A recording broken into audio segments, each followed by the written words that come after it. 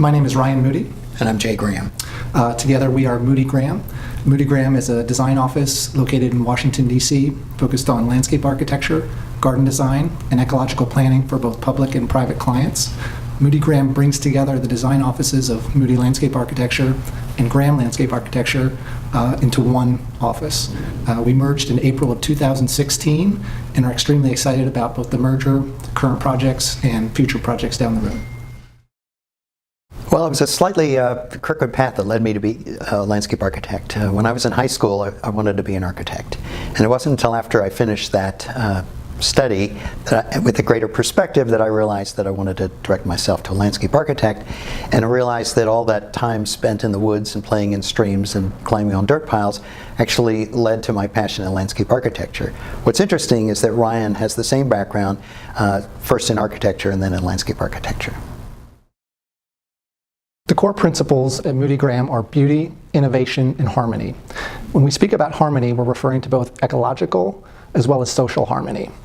Although this is a rather broad umbrella, we found that it allows us to focus on all different types of projects, different scales, as well as different budgets. When we have clients that share those values, we have a path to success and a commitment to these shared interests.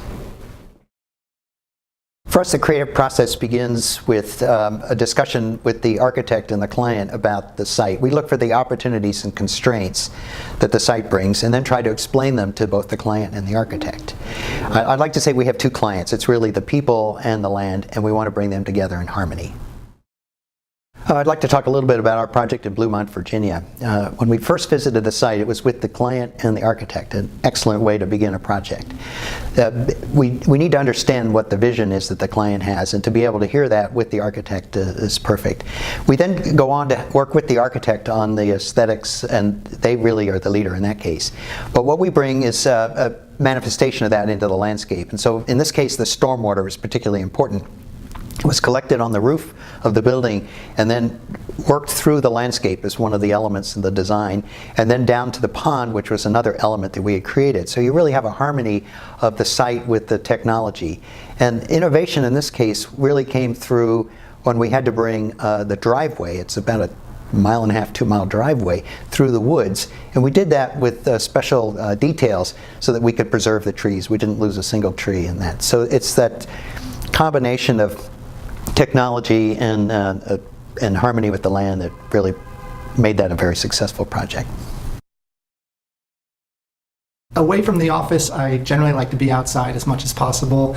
This usually involves running, biking, walking, hiking. I also enjoy reading both fiction and nonfiction.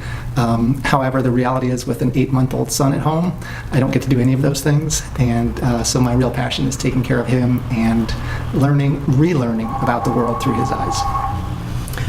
Well, my children are a different age, so I like to spend time traveling with them. We can go hiking in the Rockies, or we can be visiting museums and cities around the country.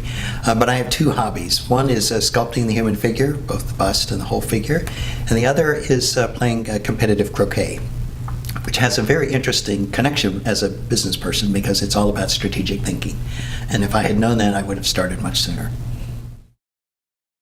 The best piece of advice I can give to a client or even colleague is to find a partner in the design process that shares your values, number one.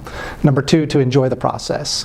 And number three, I think most importantly, to realize that a garden begins, but a garden never ends.